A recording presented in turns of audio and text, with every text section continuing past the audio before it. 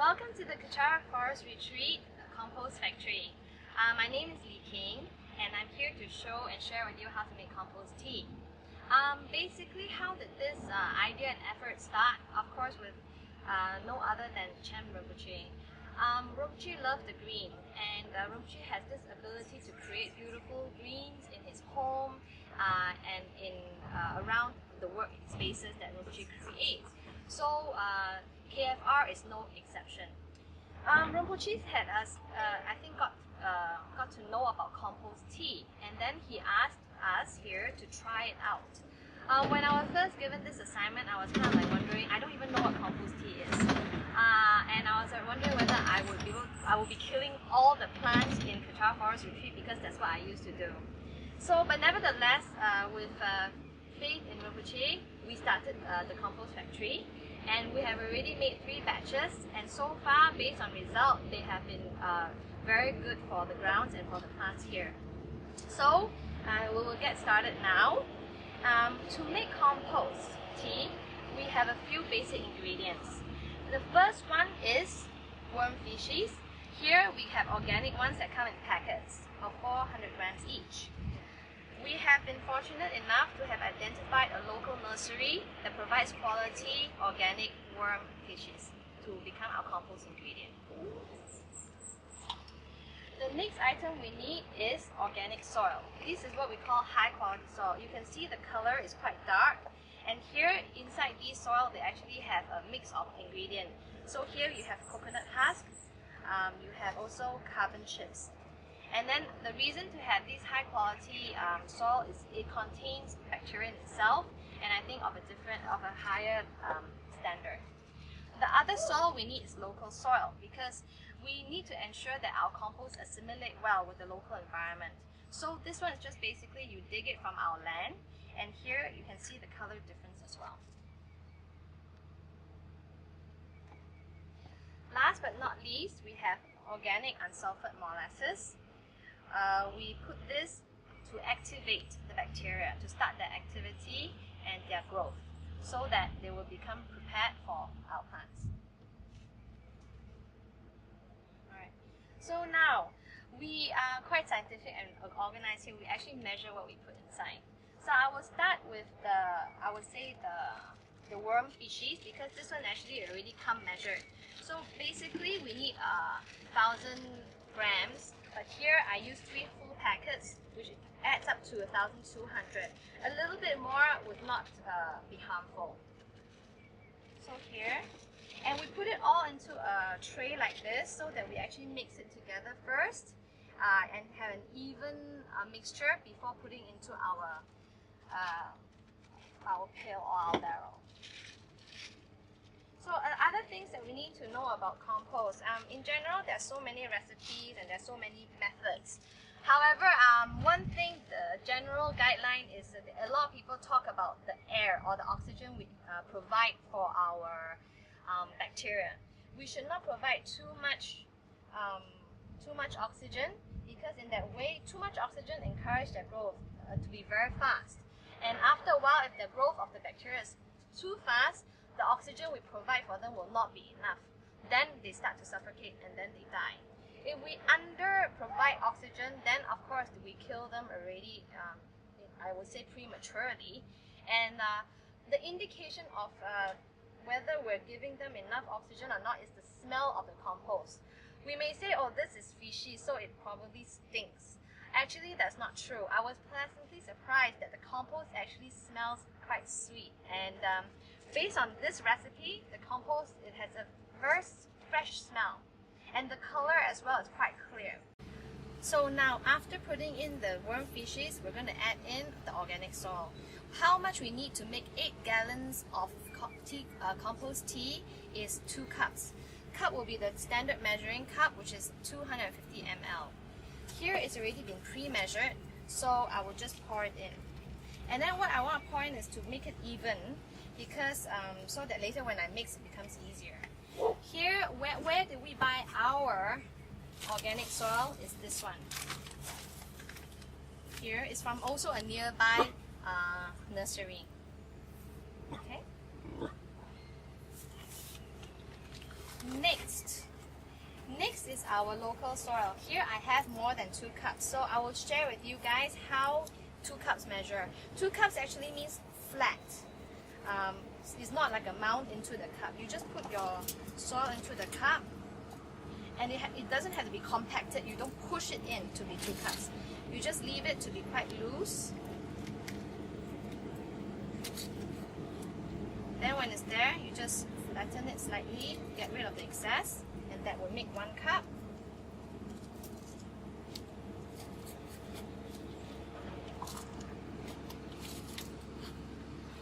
Second cup.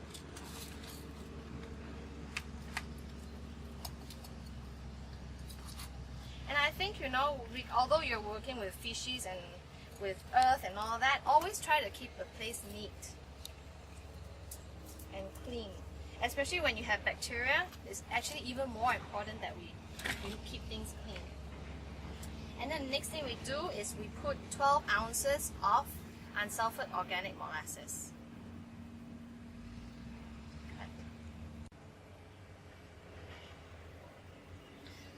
Okay, so molasses is actually this syrupy liquid. It smells it is sugar. It's very sweet and it's sticky as well. So you just pour it around for the purpose to easy mixing later. Here, to make 8 gallons of compost tea, we need 12 ounces of molasses. Organic, unsulfured. You can easily get it in any organic shop.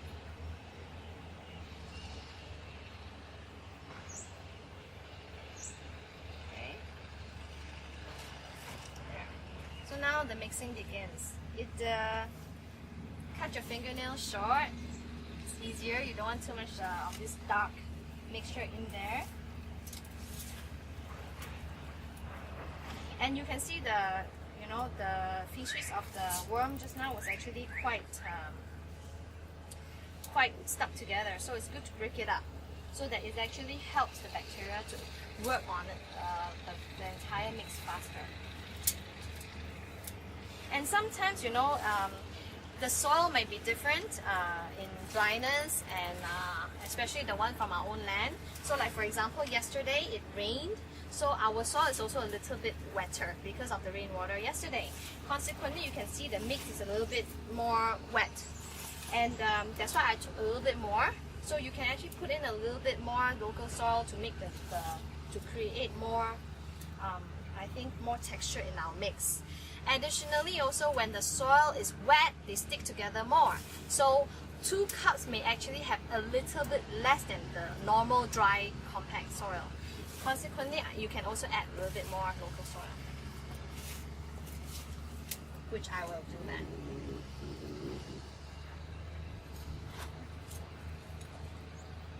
So like we say, the compost is very forgiving. It's not like you do it wrong and then everything will mess up. Most important is the air. So you mix a little bit more this and that. It doesn't really make it wrong.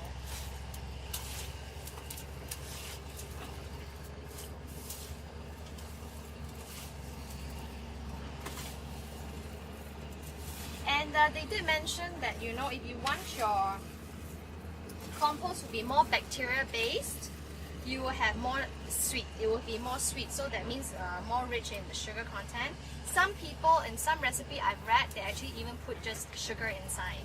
And in other to make your compost more sulfur based, then you can put in more like wood based stuff, like even maybe wood planks, as well as this type of coconut husk.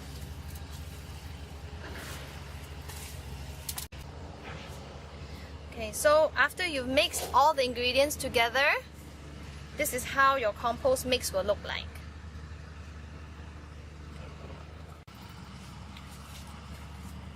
So this is our compost tea barrel.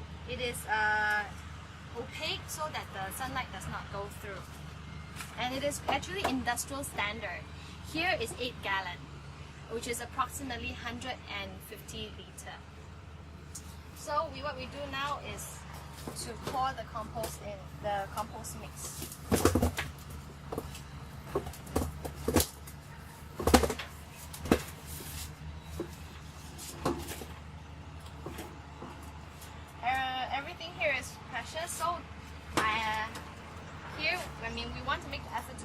green. So we start by, from the beginning. So we don't waste anything, including on my hand and everything. We mix it so that it is all used up. You can see here, actually we built our compost factory on open ground. We install all this tap and electricity supply ourselves. This is making the work more convenient because obviously we need water for making the compost tea, and we need to have easy access to water supply. So we install our own. So that's an element or a facility that we must keep in mind when building your compost factory, supply of water.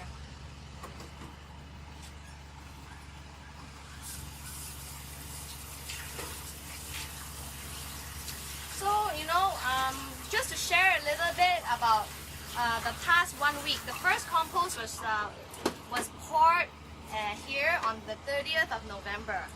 And I would say that in a short period of 7-8 days, our plants have actually really grown. I did a measurement on the I would say the development of the plants, and what I noticed that is evident is actually the leaves of the plants are now more green and more in quantity, and the flowers are very vibrant. Later we can take a walk around and I'll show you. On the size of the plant so far, after 1 week, there's not been a significant growth. There are only out of like about 15 plants that we did a measurement on, only like about 3 or 4 is showing like 1 cm growth.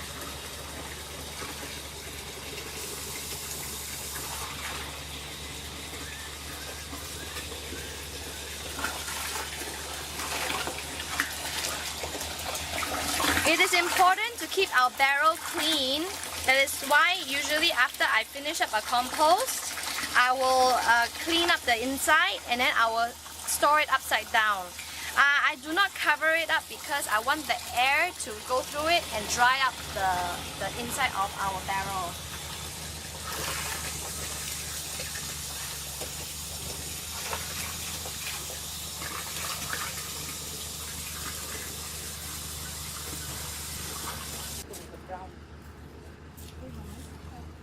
Okay, so now we have put in water in our barrel and it is time to aerate it.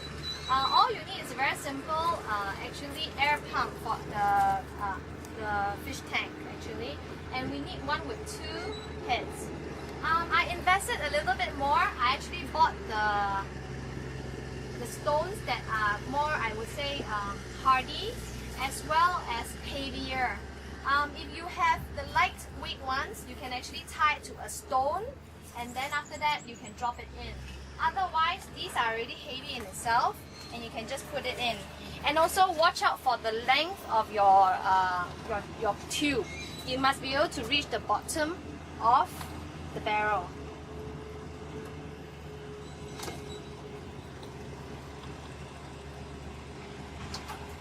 Okay. Once it's ready, I also bought a motor, a pump with high and low speed. So we turn it on. Pumps are mostly from the main switch. You can see already, see the bubbling coming up. And you will aerate your compost tea for 24 hours. They say it is most optimum at that hour, and you can keep it for 48 hours with some air. I always keep air inside, so after 24 hours, if I cannot finish using them, I will put the motor on low. But for the 24 hours, it is on high, because we have quite a big barrel here. So I would say that if you have a smaller barrel for your home use, then you need probably only 1 pump and less power. And to protect our compost so that things do not drop inside, you cover it like that. So that's it. Compost tea is in the making. Usually I do not check it, but you can once in a while. And also because the water in itself is actually quite high I would say it creates quite a stir in the barrel, so I did not need to use a stick to stir it or anything like that. Okay, so our compost is now ready. I think for home use we can use something like this. You need to have the one with a filter here, so that the bigger pieces will not come out with onto your plant.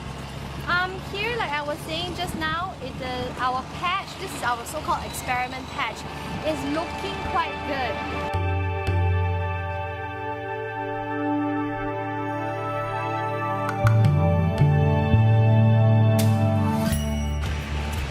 Putting compost does not mean to really overdose it.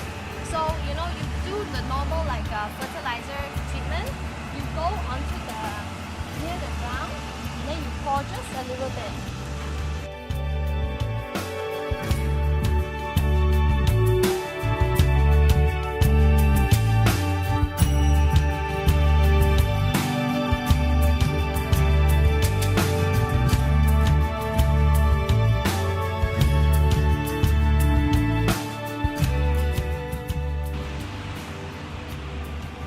Another thing, if we're planting on the ground, of course it is not within our complete control.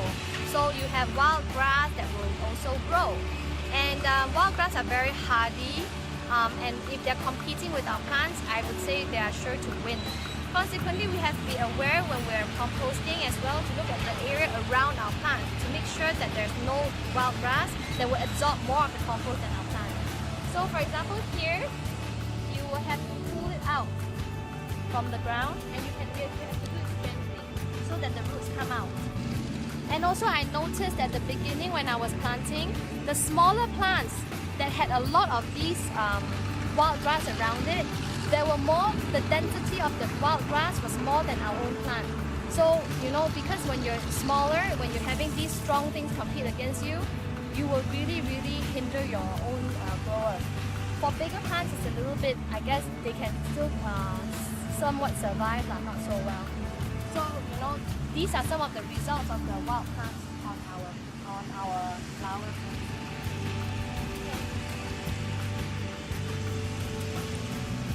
One thing I noticed and I was quite happy about is with the past week, I noticed more and more butterflies appear. You can actually see them, a lot of them now. And I was told that having butterflies is a sign that the environment is very good. And they're pretty, they're really pretty.